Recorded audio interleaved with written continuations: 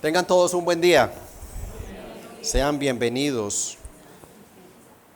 El Señor se digne bendecir sus almas poderosamente en esta mañana, mis hermanos. Tengan la amabilidad de acompañarme a la carta que cantamos, que hemos orado, y ahora vamos con el favor del Espíritu Santo a predicar. Vamos a estar en Primera de Timoteo y vamos a leer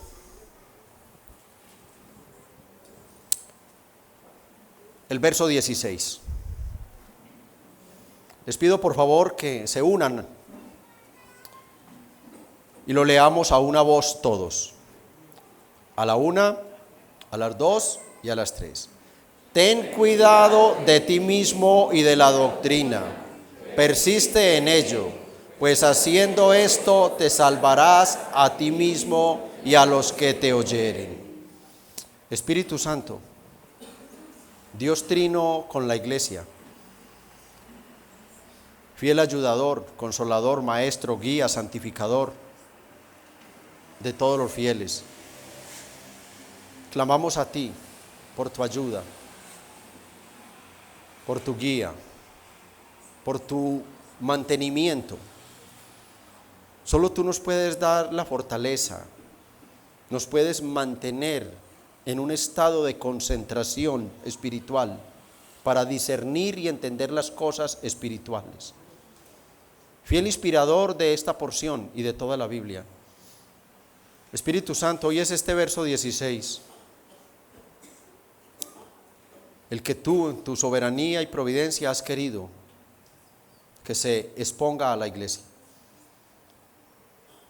Pero ¿quién podría hacer esto humanamente? Espíritu Santo, dependemos de ti. Para esto no hay ser humano suficiente. Débiles, frágiles, fracasados. El predicador es un simple hombre, un ser humano que si tú no lo llenas y haces la obra, vacío se quedaría. Y quienes escuchan no podrían entender nada de las cosas espirituales si tú no les das la luz, si tú no les das la regeneración, si tú no les das el entendimiento, si tú no pones en ellos la capacidad de comprender las verdades del cielo. Bendícenos, Espíritu Santo.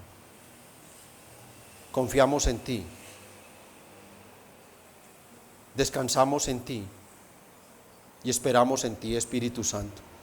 Haz tú la obra, por favor, en el nombre de Cristo y para la gloria del Padre. Amén. Les pido, por favor, tomen sus lugares de asiento. Hoy vamos a concluir este capítulo 4, un capítulo centrado en la solemne advertencia que el Espíritu Santo ha hecho a la iglesia local sobre la realidad, el peligro de la apostasía en la iglesia. Ese es el tema profundo de este capítulo 4 que hemos visto versículo por versículo. La realidad y peligro de la apostasía en la iglesia local de todos los tiempos. En los versos 1 al 5, Pablo le explica a Timoteo de parte de quién viene esa solemne advertencia. En el verso 1 le dice, pero el Espíritu dice claramente que en los postreros tiempos algunos apostatarán de la fe. Es una realidad la apostasía. Y de ahí la profundidad, la solemnidad de este capítulo 4 que hoy vamos a concluir.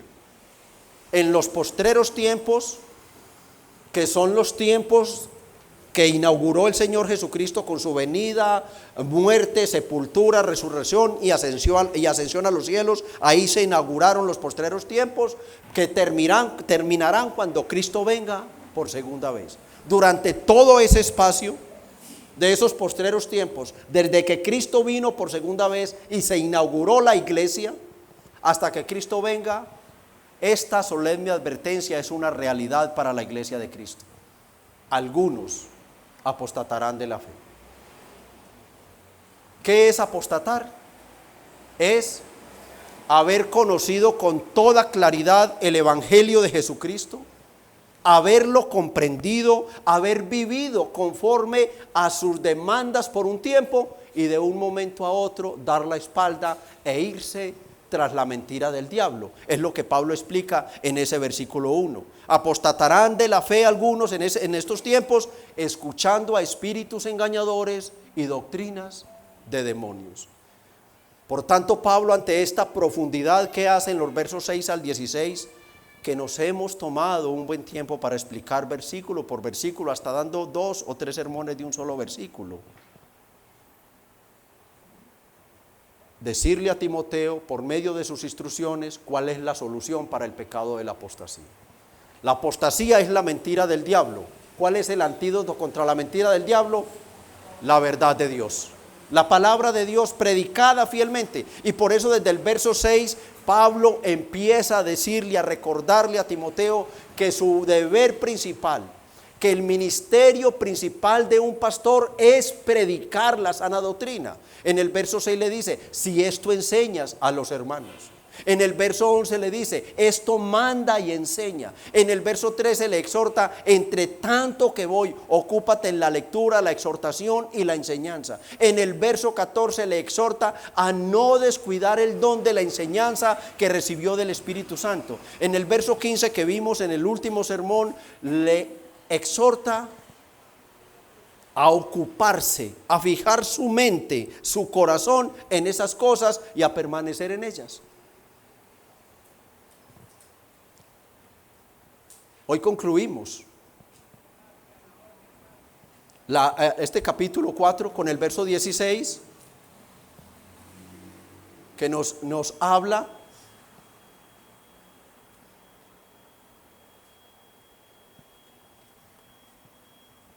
ya no del deber de Timoteo para con la iglesia, ya no del deber de Timoteo para con la iglesia, sino del deber de Timoteo para consigo mismo.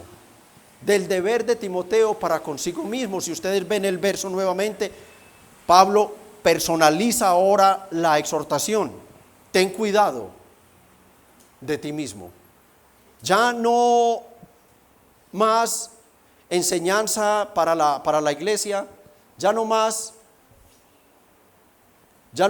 instrucción, ya no más exhortación a dedicarse a enseñar a la iglesia, sino ahora Pablo se enfoca, apunta directamente al corazón de Timoteo para decirle, es tiempo, es momento de que tú entiendas que tus muchas ocupaciones pastorales no pueden distraerte de ti mismo, no pueden hacerte olvidar que tu corazón es perverso y engañoso. No pueden hacerte olvidar que tú tienes un gran enemigo en ti mismo, que tú también tienes que cuidar de ti mismo. Entonces Pablo le dice con estas solemnes palabras, ten cuidado de ti mismo. Ya sabe todo lo que es tener cuidado de la iglesia. Ya lo ha dicho hasta el verso 15. Ahora en el verso 16 nos habla del cuidado del pastor para consigo mismo o del creyente para consigo mismo. El tema de este verso es la exhortación del apóstol Pablo a Timoteo a ser vigilante, a vigilar su propia conducta, a vigilar la doctrina que creía y enseñaba como un amparo para él mismo y para la iglesia ante el peligro de la apostasía. El título que le he dado a este sermón es el principal enemigo del creyente, su propio yo. Su propio yo. Y este versículo nos da un bosquejo de 4 subpuntos, podemos llamarlo. Lo primero que vemos es el deber personal del creyente. Lo segundo, el deber doctrinal del creyente. Tercero, el deber perseverante del creyente. Y cuarto, el resultado de los deberes del creyente. Si ustedes leen el verso, inmediatamente van a ver el bosquejo. Ten cuidado de ti mismo, el deber personal. Y de la doctrina, el deber doctrinal. Persiste en esto, la perseverancia. Y el resultado, pues haciendo esto, te salvarás a ti mismo y a quienes te oyeren. Ahí está el bosquejo de este verso en 4 puntos. Vamos pues entonces a dar comienzo a nuestro bosquejo. El deber personal del creyente. Ten cuidado de ti mismo y de la doctrina. Persiste en ello, pues haciendo esto te salvarás a ti mismo y a los que te oyeren. Si nosotros preguntáramos a las personas no creyentes, ¿cuál es tu peor enemigo? Amigo, dime cuál es tu peor enemigo. Algunas personas dirán, un hombre que destruyó mi familia al matarnos un ser amado en su juventud. Otros dirán, una familia entera que nos estafó y nos dejó en la ruina. Un hombre puede decir, mi peor enemigo es una mujer que acabó conmigo sentimentalmente, o un hombre. Otros dirán, mi peor enemigo es el miedo.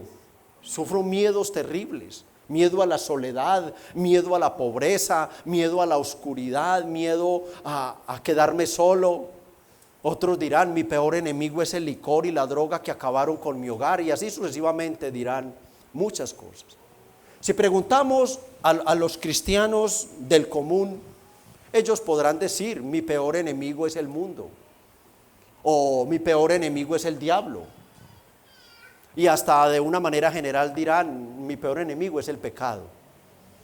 Pero cuando preguntamos a un cristiano, verdadero cristiano, que conoce la Biblia, que conoce las doctrinas de la gracia, él de inmediato responde, mi peor enemigo es mi propio yo. Mi peor enemigo es mi propio yo, mi peor enemigo es mi propia naturaleza humana viciada por el pecado, que se opone a todo lo santo que yo quiero hacer. Yo soy mi peor enemigo contra todo lo que es la voluntad de Dios. Soy yo. Es mi propio corazón engañoso, mi corazón perverso, del cual ha dicho el Señor en Mateo 15, 18 y 19, brota toda maldad. Pero lo que sale de la boca, del corazón sale, no del corazón del hermano, del vecino, de mi esposa, de mi esposo, de nadie. ¿De quién sale esta maldad? De mi corazón. Mi propio enemigo soy yo, está dentro de mí. Y miren las joyitas que tenemos dentro de nosotros, miren. Porque del corazón salen ¿qué? Los homicidios, los adulterios, las fornicaciones, los hurtos, los falsos testimonios, las blasfemias. Y a veces creyéndonos buenos. Y con estas joyitas acompañándonos para arriba y para abajo. Porque si no estamos en estas cosas literalmente, es solo por la gracia de Dios. Es solo por la gracia de Dios. Pero aún siendo cristianos, nosotros no podemos evitar tener malos pensamientos. No podemos evitar, a veces nos cuesta no despreciar a un hermano, no sentir rabia por un hermano. Y la Biblia dice que cuando yo pienso mal de un hermano, yo lo mato, yo soy homicida. ¿Y está saliendo de dónde? De mi corazón. Cuando miro a una dama como hombre para codiciarla sexualmente, o una mujer a un hombre, ¿qué está saliendo de mi corazón? Un adulterio, una fornicación, porque no hay que estar físicamente con ella, simplemente desearla para cometer este horrible pecado. Los hurtos, los falsos testimonios y las blasfemias. El verdadero creyente sabe y tiene que saber quién es que es su enemigo y contra quién es que está batallando y luchando. Para el creyente, su peor enemigo no es primeramente el diablo, como muchos dicen, viven reprendiendo al diablo. Ligo, reprendo y echo afuera, y a la media hora vuelven a otro y otra vez, y el diablo adentro. No se dan cuenta que es que no se ha ido. Cada que abren el local o que se reúnen, están echando el diablo y el diablo ahí con ellos. Ya el diablo es su señor. No es primariamente el diablo, no es el mundo, ni las personas. Esas cosas exteriores no me obligan a pecar, es el punto. Nada de lo que hay exterior me obliga a pecar. Nada. Ni aún los demonios. Esas cosas exteriores no prenden un computador o un celular para ver pornografía. No, esas cosas exteriores, esas fuerzas del mal exteriores a mí, no me sacan de mi casa y me llevan a un lugar a pecar. No me llevan, no me mueven los canales, no me compran el licor, no me compran la droga, no. Esas cosas exteriores no. Soy yo. Yo mismo, yo mismo soy mi peor enemigo contra todo lo que viene de Dios, contra todo lo bueno, contra todo lo puro. Y no falta quien diga, ay no, es que Dios me dejó solo y entonces yo. No, menos Dios, no. Dios no es culpable de mi pecado, ni siquiera el diablo. Si el diablo pudiera hablar, ya lo paisa diría, vea pues, ¿y yo qué tengo que ver con que este perezoso se quede durmiendo y no vaya a la iglesia, no lea la Biblia? ¿Yo qué tengo que ver? Y échele la culpa. No, ni el diablo y menos Dios. Santiago capítulo 1, versos 13 y 14, ¿qué nos dice Santiago?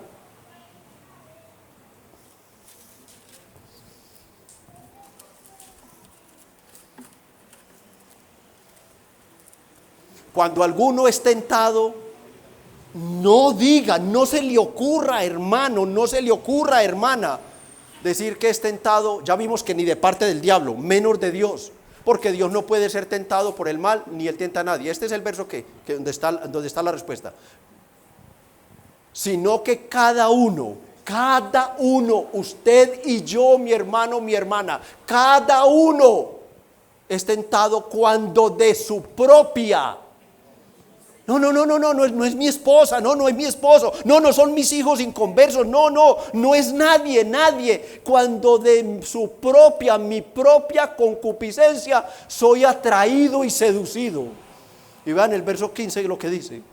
Entonces la concupiscencia, después que ha concebido, cuando la cojo, la dejo en la mente, la acaricio y me voy tras ella, así que tan rico, y a satisfacer la carne, y el pecado se consumó, y el apóstol dice, ha dado a luz la muerte.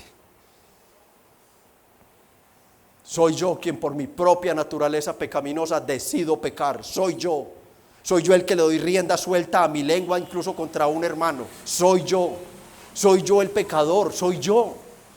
Y esto nos recuerda que nosotros no pecamos, no somos pecadores porque pecamos. Nosotros pecamos porque aun siendo cristianos, humanamente el mal está en nosotros. Yo no soy pecador porque peco, no. Yo peco es porque mi naturaleza humana caída sigue en esta carne, en estos miembros. Es porque soy pecador.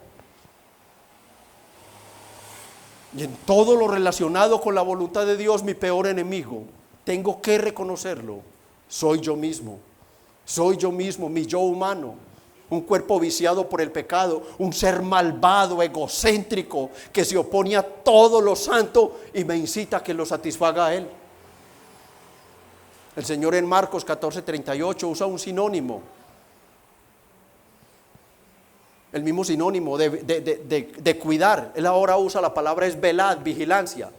Velad y orad para que no entréis en tentación. O sea, ten cuidado de ti mismo, le dice allí a sus discípulos. Cuiden de ustedes mismos.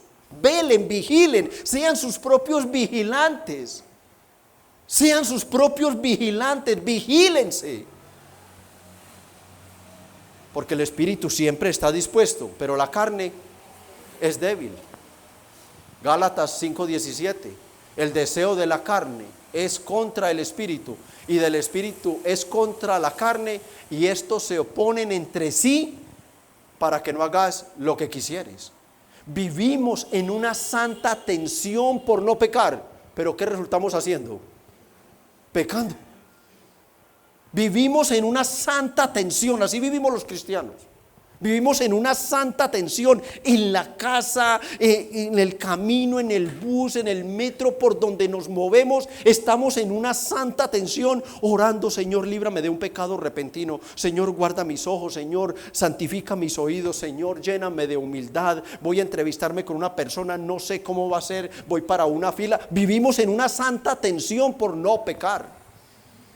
Pero de una u otra manera esta naturaleza malvada que aún queda en nuestros miembros nos lleva a pecar. Eso es lo que enseña Pablo en Romanos 7, del 7 al 25.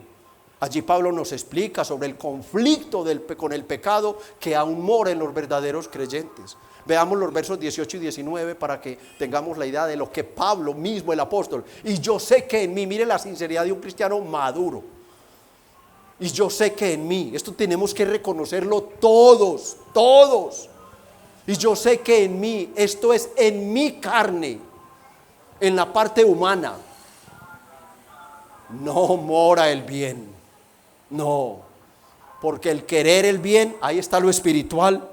Espiritualmente siempre queremos hacer la voluntad de Dios, anhelamos y oramos por Señor, que sea tu voluntad en este día, Señor, guíame. El querer el bien está en mí, pero ¿qué? No el hacerlo, porque es que hay una oposición de esta carne, hay una oposición, porque no hago el bien que quiero, sino el mal que no quiero, eso hago. Y vean la exclamación de Pablo en el verso 24. Queriendo descansar, queriendo solamente vivir santa y piadosamente, no tener un pensamiento, una palabra que diste en un milímetro de la verdad, todas sus acciones santas, y él ve que no es posible mientras esté en ese cuerpo. Entonces Pablo exclama: miserable de mí, ¿quién me librará de este cuerpo de muerte?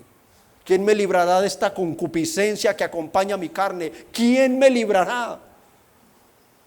Pero hay cristianos que la palabra miserable, ¿cómo me voy a decir yo miserable? No, yo me amo mucho, yo soy de mucho valor. No, para los verdaderos cristianos el problema no está en que el ser humano no se ame, sino en que se ama demasiado. Se ama demasiado como para reconocer que cada día muere, que inevitablemente está envejeciendo, que lo espera la tumba. Hay cristianos llenos de soberbia, de orgullo, se idolatran a sí mismos. No, miserable, humanamente eso somos. Humanamente eso somos. ¿Por qué no vivimos santa y piadosamente de manera perfecta? ¿Por qué? Porque somos unos miserables pecadores en el área humana. Se opone a toda buena obra. Se opone. Incluso en nuestras relaciones interpersonales, aquí con los hermanos, se opone la humanidad. Ay, no, es que esa no me cae bien. Se opone el orgullo, la prepotencia, la soberbia, la altivez, se opone a lo santo. Miserable de mí, ¿quién me librará de este cuerpo de muerte? Ten cuidado de ti mismo, le dice el apóstol a Timoteo y el Espíritu Santo a nosotros hoy. Cuidémonos de nosotros mismos. Nuestro peor enemigo es mi propio yo. Es mi propio yo. Que nadie me mande, que nadie me quite, que nadie me empuje, no, es que qué joyitas que somos.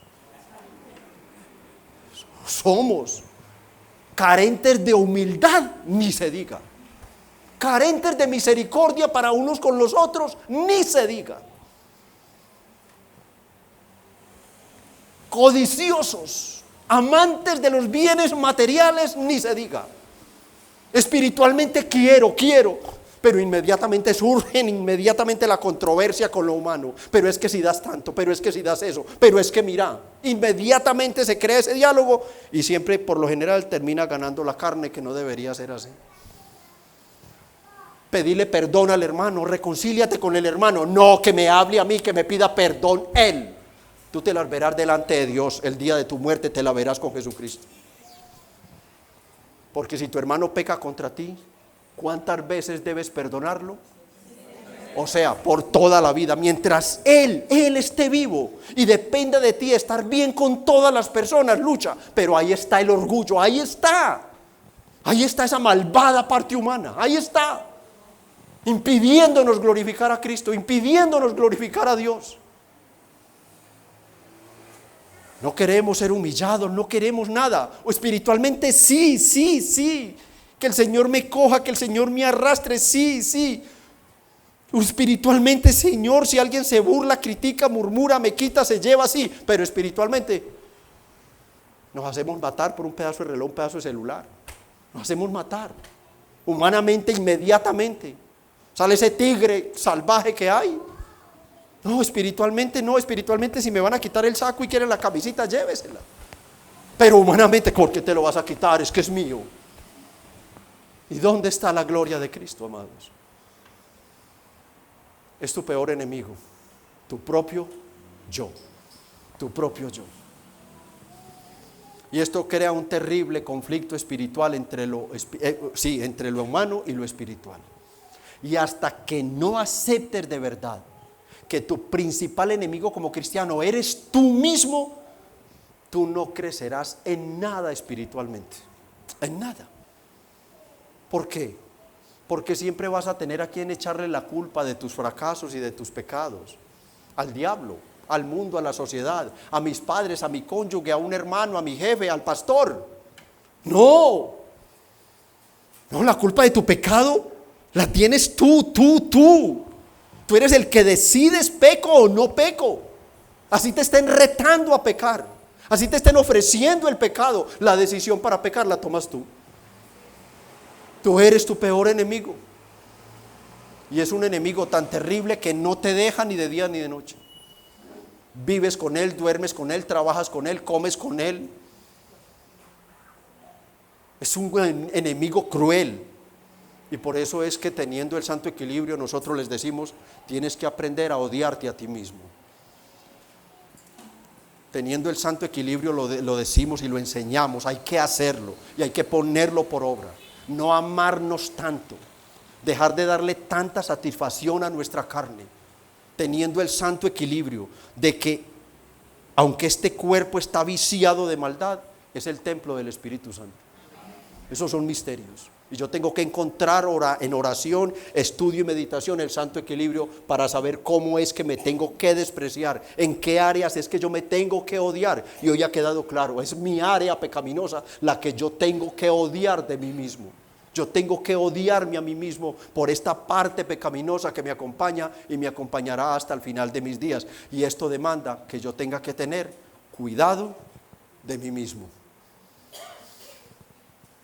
Y esto nos conduce al segundo encabezado, el deber doctrinal del creyente. Dice Pablo, ten cuidado de ti mismo y de la doctrina. La palabra doctrina, básicamente, como hemos aprendido, significa el conjunto de enseñanzas que conforman la fe cristiana. Todo lo que nos enseña la Biblia, una sola Biblia, una sola doctrina, la palabra de Dios, pero cuántas incontables son las enseñanzas que salen de ella. La palabra doctrina encierra todo el ramillete, todo el conjunto de enseñanzas que Timoteo como pastor debía primero conocer, segundo creer, tercero vivir y cuarto replicar o enseñar.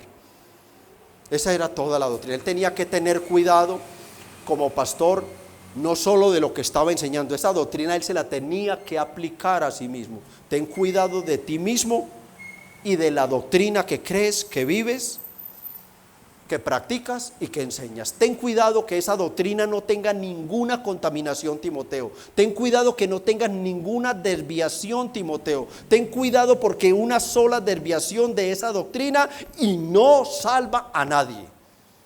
Es un misterio, es un misterio, es un misterio.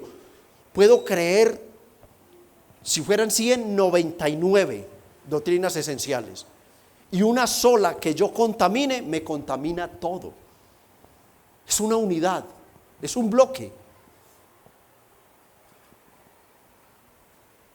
Pablo sabía que si los antecesores de Timoteo, capítulo 1, verso 6, se habían desviado de la sana doctrina a las palabrerías, capítulo 1, verso 6 de Timoteo, a mensajes humanistas de las cuales cosas, o sea, de la sana doctrina, desviándose algunos se apartaron a vana palabrería, o sea, a mensajes llenos de humanismo, a mensajes llenos de humanismo. ¿Cuánto más Timoteo, un pastor joven, inexperto, podía dejarse mover fuera por el orgullo o el temor y desviarse de la sana doctrina? Timoteo tenía un espejo al frente de qué cuidarse. Cómo cuidar su corazón, cómo cuidar su sana conciencia, cómo cuidar sus palabras, sus acciones. Ya él le había dicho unos versos atrás, Timoteo, sé ejemplo. Timoteo, sé ejemplo. Ahora Pablo le está diciendo a él, revísate a ti mismo, cómo estás guardando tu corazón, cómo estás controlando, cómo estás mortificando tu pecado. La palabra aquí correcta que usamos es mortificación del pecado. Cómo estás mortificando tu pecado y cómo lo estás mortificando a la luz de la doctrina que tú crees, que tú vives y que tú estás enseñando. El ejemplo era muy claro. El capítulo 1, verso 20, ya dos de los líderes, los antecesores, se cree que eran los pastores principales. Algunos comentaristas dicen que Himeneo y Alejandro eran los pastores principales de la iglesia de Éfeso, que se habían descarriado, se habían desviado de la doctrina, y Pablo en su visita les aplica la disciplina eclesiástica a tal punto que los excomulga. Son excomulgados, entregados a Satanás, de los cuales son Himeneo y Alejandro, a quienes entregué a Satanás para que aprendan a no blasfemar. O sea, Timoteo tenía un espejo al frente, real, en qué mirarse, cómo cuidar su corazón, que su conciencia sana, que su predicación fuera completamente acorde con la doctrina que él había aprendido y que estaba viviendo. ¿Y cuál era el riesgo aquí? Que una desviación doctrinal no solo ponía en riesgo de apostatar a Timoteo, sino a toda la iglesia. Repito esto en el contexto que es donde debemos tomar la primera aplicación.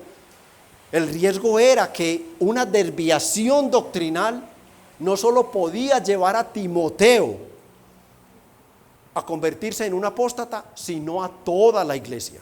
A toda la iglesia. Y él había sido dejado en Éfeso para todo lo contrario, para volver a purificar la iglesia y purificar la doctrina.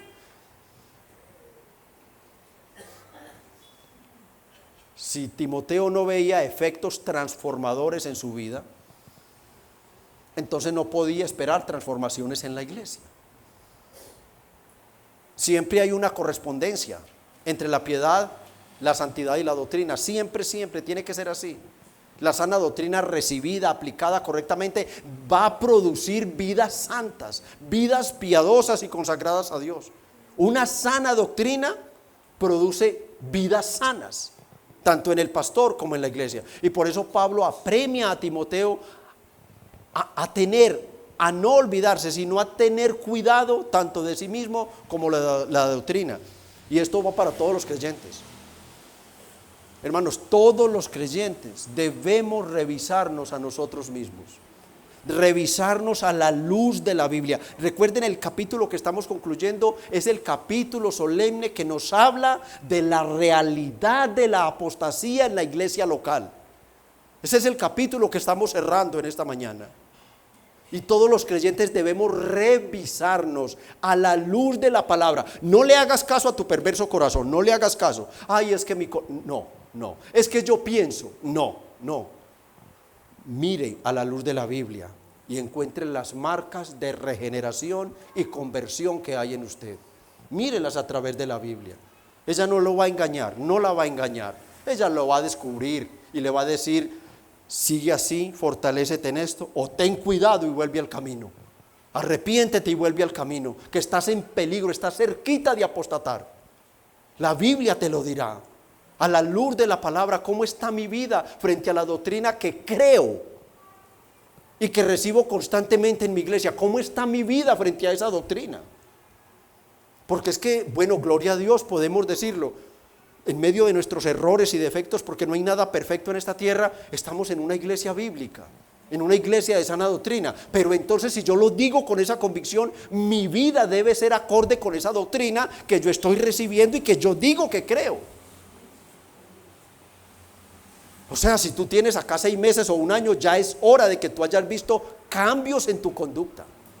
Ya es hora de que hayas visto cambios. No puedes seguir siendo el mismo que eras hace 10, 12 años o los 10 o 12 años que pasaste, con mucho respeto, en una denominación de poca luz. No puede ser el mismo. Esta doctrina te tiene que haber llevado a la humillación. El evangelio de la gracia te humilla, pero luego te levanta te restaura. Entonces el que era orgulloso, soberbio, está mortificando el orgullo, la soberbia, está siendo más humilde, está siendo más compasivo, más misericordioso, más perdonador, más consagrado, ama más la lectura de la Biblia, la oración, el congregarse, el compartir con los hermanos. Hermanos, la sana doctrina produce vidas sanas. Produce vidas sanas, hermanos. Y tenemos que revisarnos es a la luz de la palabra, vuelvo y se los digo. Estos deberes personales son primordiales para el crecimiento espiritual. Son personales. Pablo dice, ten cuidado de ti mismo y de tu doctrina. O sea, vigila que estás creyendo, vigílate a ti mismo en tu pecado, recuerda lo que hay dentro de ti, pero vigila esa doctrina con la cual estás mortificando ese pecado. Vigila esa doctrina, sé vigilante de ti mismo. Usa los medios de gracia para controlar tu pecado. ¿Y dónde los encuentro los medios de gracia? En la Biblia. Nadie se va a cuidar por ti, ten presente eso. Por eso son deberes personales. Ten cuidado de ti mismo, no de tu hermano, de tu esposo, tus hijos. No, de ti mismo. Nadie puede saber cuál es el estado espiritual de tu vida. Nadie puede saber tu estado espiritual, nadie. Pero Dios sí. Nosotros podemos creer, hermano, ¿cómo vas? Ah, muy bien, pastor. Mejor de lo que me merezco. No, amén a esa última parte, sí. Pero ¿quién conoce tu vida? Tú me puedes estar mintiendo y mintiendo a los hermanos.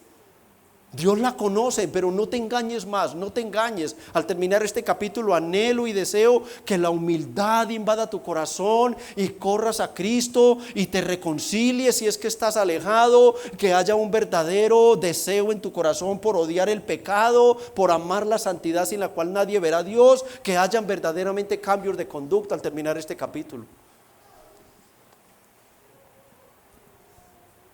Cuida de ti mismo y la doctrina, y esto nos lleva al tercer encabezado, el deber perseverante del creyente. Vean cómo dice el texto: persiste en ello. Ya en el versículo 15, por eso no me voy a detener acá, le había dicho ocúpate, que es lo mismo. Ocúpate es persevera, mantente en estas cosas. En su segunda carta, capítulo 3, verso 14, le dice lo mismo, pero persiste tú en lo que has aprendido y te persuadiste sabiendo de quién lo has aprendido. Segunda de Juan, versículo 9, nos dice que cualquiera que se extravía y no persevera en la doctrina de Cristo, no tiene a Dios. Entonces Pablo lo que hace aquí es una exhortación a la perseverancia del cristiano, a perseverar en estos deberes. O sea, pastor, ¿cuándo dejo yo de estarme preocupando por mí mismo? ¿Cuándo? Hoy estuvimos frente a una muerte, la muerte bendita de un justo. Hoy presenciamos la muerte de Jacob. Hoy presenciamos la muerte de ellos, de la muerte en el Antiguo Testamento. Hoy vimos hasta ese momento. Hasta ese momento tendremos que cuidar de nosotros. Hasta ese momento. Es un conflicto espiritual terrible si es que somos verdaderos cristianos. Es terrible, hermanos. Pero no nos va a dejar paz, no nos va a dar paz en este mundo. No. Iremos mejorando, obtenemos la victoria acá sobre este pecado y aparece este otro. Termina una aflicción por esta situación y aparece la otra. Esa es la vida cristiana, esa es parte de la herencia que nos dejó el Señor. Él lo prometió. Tranquilos, en el mundo tendrán aflicciones. Ustedes necesitan las aflicciones para santificarse y para probar que son mis discípulos. No parará. Los que viven tranquilos, no tengo problemas con nadie. No tiene problemas con nadie afuera, pero usted está lleno de problemas con usted mismo. No se soporta ni a usted mismo. Entonces saca una excusa pecaminosa, estoy bien con todos. Pero es de lo terrible que vive con usted mismo. Es de lo terrible que vive con usted mismo. La salvación, la sana doctrina, la vida de piedad demandan perseverancia hasta el final de nuestros días. Y por esto, amados hermanos, la perseverancia en la sana doctrina nos llama a valorar la iglesia donde el Señor nos ha puesto. Yo te motivo, yo te insto a que luches contra ti mismo Y a menos que encuentres una iglesia más bíblica en la que hoy estás, no te vayas de la iglesia. No estés como las aves que viven de rama en rama, de nido en nido. No, asiéntate en una iglesia de sana doctrina. Asiéntate allí. Persevera allí, persevera allí. Dios te salvó para colocarte en una iglesia local y darte dones para servir en esa iglesia local exclusivamente. No estés de un lado para otro. No. No divagues en la doctrina. No divagues en la doctrina. No estés prestando oído a enseñanzas que, como Pablo dice en el verso 1, son de espíritus engañadores y las califica como doctrinas de demonios. Ten mucho cuidado, amado, porque la apostasía puede estar rondando tu corazón sin siquiera tú saberlo. En su segunda carta, capítulo 3, ¿qué dice? Segunda de Timoteo, capítulo 4, versículo 3. Allí le dice a Timoteo: porque vendrá tiempo cuando no sufrirán la sana doctrina, sino que teniendo comezón de oír, se amontonarán maestros conforme a sus propias concupiscencias y apartarán de la verdad el oído y se volverán a las fábulas. Siempre encontrarán lugares atrayentes, siempre los van a encontrar. No donde les digan que te odies a ti mismo, no, sino ámate, tú vales mucho, tú eres precioso, tú eres hijo del rey, tú eres un príncipe. Los van a encontrar. Y Pablo le dice a Timoteo: no, vanas palabrerías, no. Predica solo la doctrina, predica solo la Biblia. Mateo 24:13 nos enseña que Jesucristo no ha prometido salvar a los inconstantes. Él ha prometido salvar a los que perseveran hasta el fin. ¿En qué? En su vida de piedad y en la sana doctrina, en su santo evangelio. Y esto nos conecta con nuestro cuarto y último encabezado: el resultado de los deberes personales del creyente. Dijo Pablo: persiste en ello, pues haciendo esto, ¿haciendo qué? Cuidando de ti mismo y de la sana doctrina, te salvarás a ti mismo y a los que te oyeren.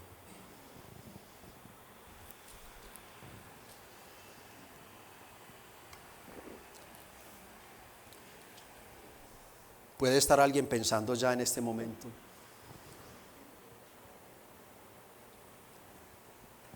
¿y es que acaso Timoteo no era salvo?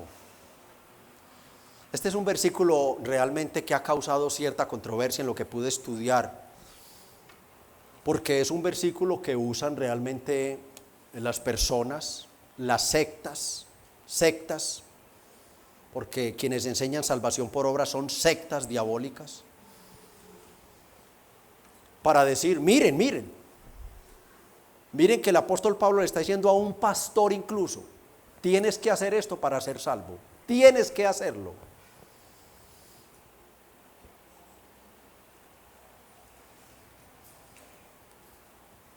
Ellos dicen: algo tiene que hacer el hombre tiene que participar de su salvación, algo tiene que hacer para salvarse, según ellos.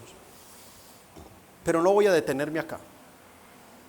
La Biblia enseña claramente que lo único que el hombre aporta para su salvación es su pecado.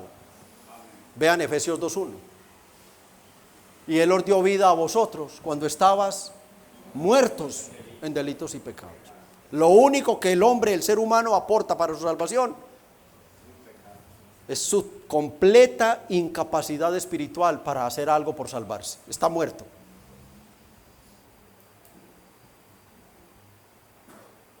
Efesios 2, 8 y 9 nos enseña que es por pura gracia y no por obras, porque por gracia sois salvos por medio de la fe, y esto no de vosotros, pues es un regalo, una dádiva de Dios, no por obras, para que nadie se gloríe, no por obras. Entonces, descartada esta opción, completamente descartada, de que la salvación sea por obras y que Timoteo tenía que hacer algo para salvarse espiritualmente, para salvar su alma. Entonces, ¿de qué salvación? Porque la palabra está en la Biblia. Bueno, hace poco explicamos y enseñamos bíblicamente que la Biblia, principalmente el Nuevo Testamento e incluso en el Antiguo Testamento, es muy abundante la enseñanza de que la palabra salvar o salvación se usa para diferentes obras de la providencia de Dios. Que Dios puede salvaba a Israel de un ataque de los enemigos, lo salvaba. Que salvaba a un hombre de una enfermedad, lo salvaba de la muerte. Que somos salvados de muchas cosas. Para una mayor claridad, respondamos algunas preguntas. ¿No era Timoteo creyente cuando Pablo en Hechos 16 del 1 al 3 lo llama para el ministerio? ¿Acaso circuncidó Pablo a Timoteo para llevárselo al ministerio sin haber visto marcas y recibir testimonios de los fieles de que Timoteo era un verdadero convertido? ¿Acaso se equivocó el Espíritu Santo apartando a Timoteo para el ministerio, confirmando su llamado por una profecía y la imposición de manos de un presbiterio? ¿No era Timoteo ya salvo cuando Pablo lo deja en Éfeso, en nuestro capítulo 1, versículo 3? Como te rogué que te quedases en Éfeso cuando fui a Macedonia para que mandases a algunos que no enseñen diferente doctrina. ¿No era ya convertido Timoteo? Sí. Así que las pruebas que nos aporta el libro de Hechos, las 2 cartas que llevan su nombre y las otras cartas donde es mencionado Timoteo como comisionado apostólico, despejan cualquier duda y confirman que Timoteo era salvo desde mucho antes de llegar al ministerio. Entonces, con esto en mente, le hacemos otra pregunta a nuestro contexto inmediato, o sea, el capítulo 4. ¿Cuál es el tema principal del capítulo 4? La apostasía. La apostasía. ¿Cuál es la solución para contrarrestar y eliminar la apostasía? La verdad de la palabra de Dios creída y predicada fielmente. Entonces, con esto en mente, el mismo pasaje nos responde de qué salvación está hablando Pablo en este versículo. Tenemos mucha claridad para saber lo que Pablo está diciendo. Si Timoteo perseveraba en el cuidado de sí mismo y de la doctrina, él mismo se salvaría de naufragar en la fe como lo hicieron los líderes de Éfeso, Himeneo y Alejandro, y a la vez salvaría a la iglesia de la apostasía. El mismo texto nos da la respuesta.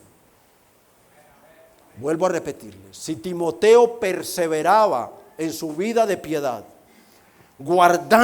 cuidando de sí mismo de su pecado, amando la sana doctrina, no solo se salvaría él de ese horrible pecado, al cual todo creyente, por lo que hemos estudiado en todo el capítulo, puede estar expuesto, sino que salvaría a todos los que le estaban escuchando, a su iglesia.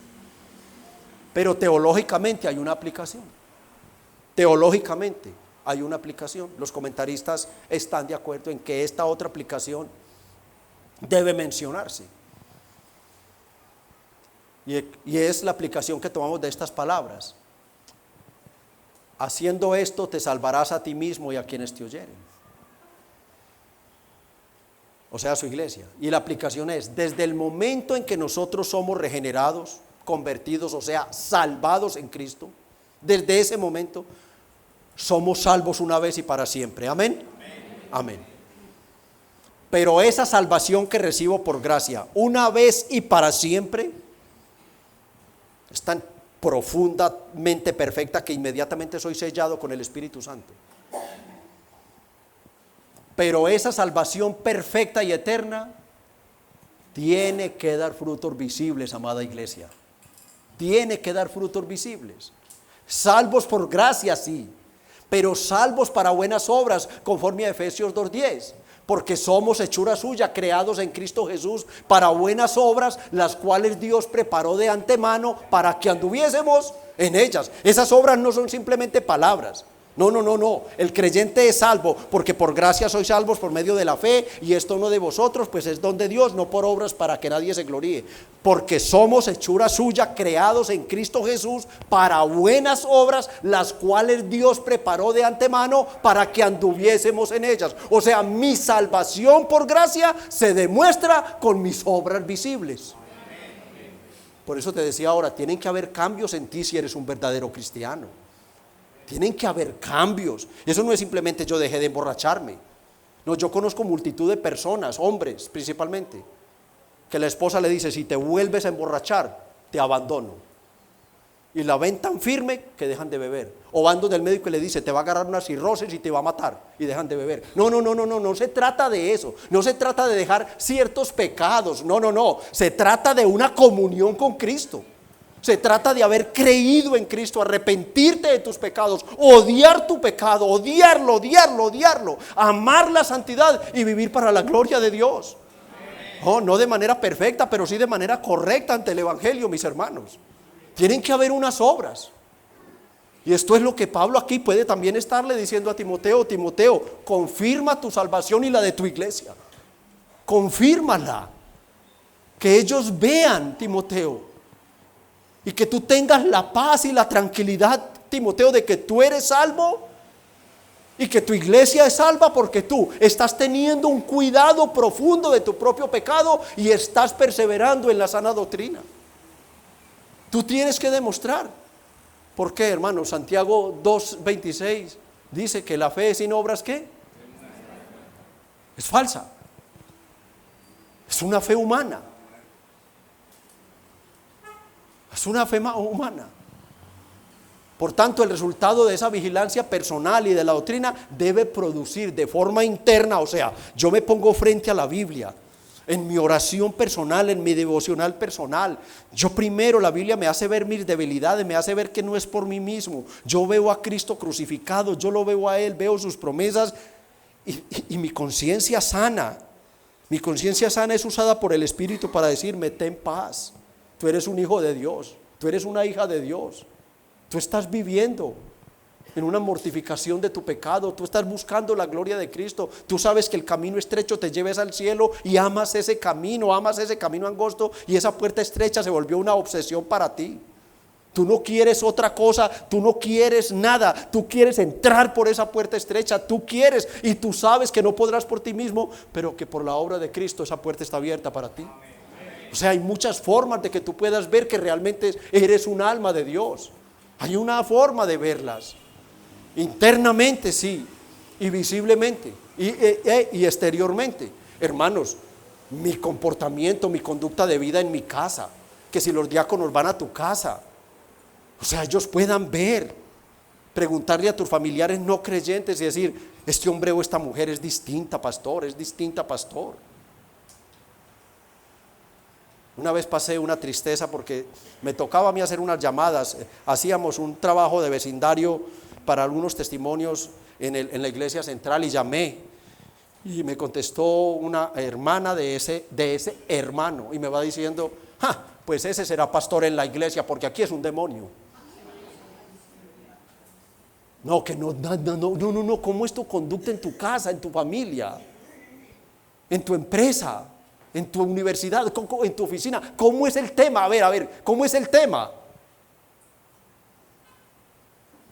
El domingo, por ahí en una reunioncita que tuve con unos amados, me aprendí un término, o bueno, lo había escuchado hacía mucho tiempo: cristianos cadochos. Cristianos solamente cada 8 días. ¿Y en la semana qué? No es porque se congreguen solamente cada 8 días, porque no existe miércoles o otra reunión. No, es simplemente porque su conducta, qué linda el día domingo. Pero en la casa, en la familia, ¿qué? Hermanos, no, hermanos. Mi salvación, yo internamente sé, solamente mi comunión es con Dios, sí. Pero esa comunión con Dios debe verse con frutos externos, mis hermanos. Yo debo mostrar externamente lo que soy. Es un testimonio que es interno para mí. Amén, qué alegría. Pero ese testimonio interno debe ser confirmado por los testimonios externos, mis amados hermanos. Esa vigilancia personal y a esa doctrina debe producir, hermanos, testimonios que glorifiquen a Cristo de que realmente yo soy un alma del cielo. Son pruebas de la salvación y que de la apostasía y de que la apostasía no tendrá ninguna clase de cabida en nosotros. No tendrá, porque estamos perseverando, aceptamos nuestros pecados, nos arrepentimos, nos confugimos, nos duele, nos avergüenza, públicamente lo confesamos a nuestros hermanos y ante Dios, y perseveramos en la sana doctrina. No nos va a tocar la apostasía. No nos va a tocar porque me guardo. Y estoy llevando una conducta perseverante. Una conducta que persevera. Así como se acercan y se acortan mis escalones para llegar a mi casa celestial, así también, hermanos, mi pecado tiene que ir siendo mortificado y tiene que ir menguando en poder y en repetición. Yo debo trabajar para que mi pecado sea cada vez menos violento y menos repetitivo. Yo debo trabajar, perseverar duro, amarme menos, despreciar mi parte humana pecaminosa y amar la santidad.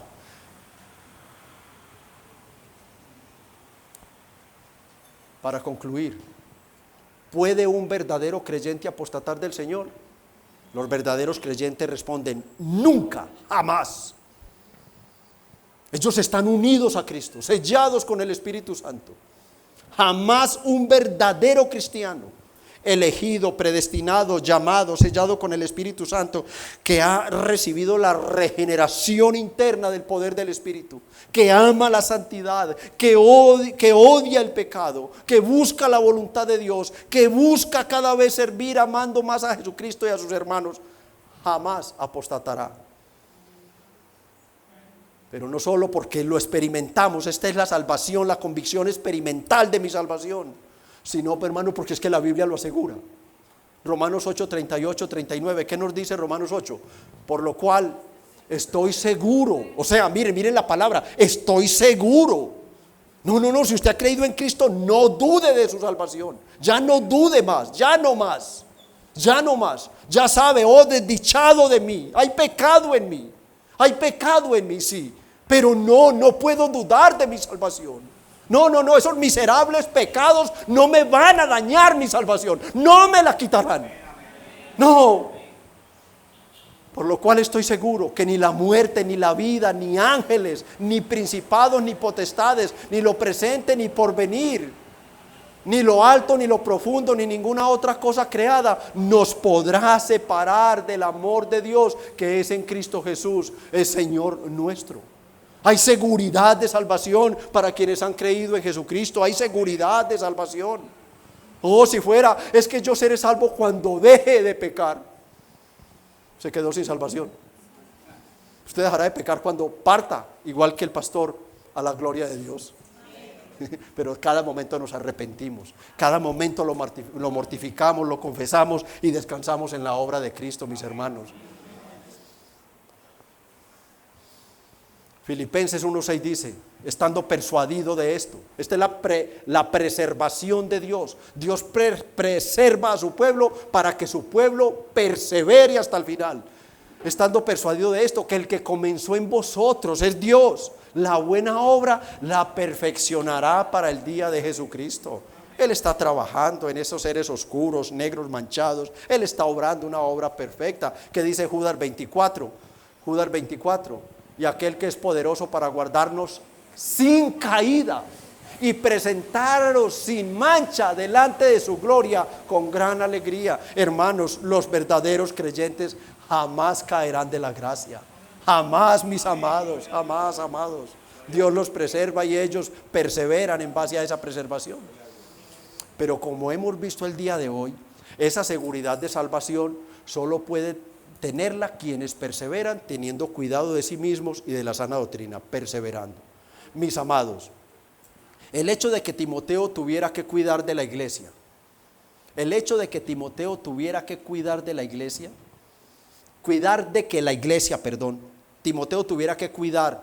de que la iglesia no cayera en el pecado de la apostasía, no podía ser una excusa para que Timoteo descuidara la propia vigilancia de su propio pecado. Esto es lo que Pablo le está diciendo. No, mira, del 6 al 15, ocúpate en la iglesia. Pero ahora en el 16 le dice: ¿y tú qué? Y no vayas a decir: ay, apóstol, es que me entretuve tanto, me ocupé tanto en exhortar el pecado de la iglesia, en cuidarlos de la apostasía, que descuidé mi propia alma. No puede ser. Tenemos que cuidar de nosotros mismos.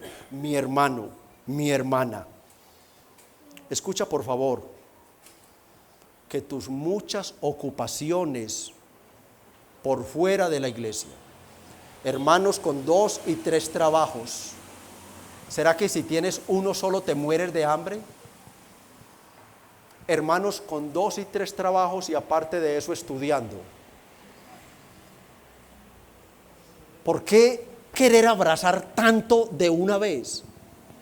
En mi tierra había un dicho referente a la leña, las brazadas de caña. Yo fui finquero y decía: el que mucho abarca, poco aprieta. Cogían esas brazadas de caña, se la alzaban y apenas se la alzaba, se chorreaba eso y se quedaba con 3 o 4 palitos aquí en el hombro. Sé sabio, hermano o hermana, sé sabio. Si tú has creído en Cristo, eres ciudadano del cielo. Busca primeramente el reino de Dios y su justicia, y las demás cosas vendrán por añadidura en el tiempo perfecto de Dios. Pero dedica tiempo a la obra de Cristo, dedícala.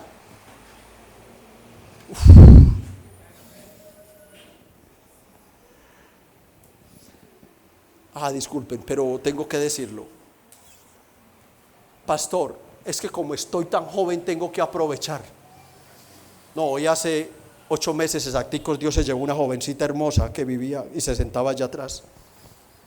Tú no sabes cuánto vas a vivir. Así que no te enfoques más de lo que debes en las cosas seculares y te olvides del reino de Cristo. No lo hagas. No lo hagas. No. Dale prioridad al reino de Dios. Dale prioridad al reino de Dios. No te estoy diciendo que no estudies o que no trabajes. Te estoy diciendo que si esas cosas te están apartando de la iglesia, te están apartando del reino de Dios, tú debes revisar tu agenda. Tú debes revisarla.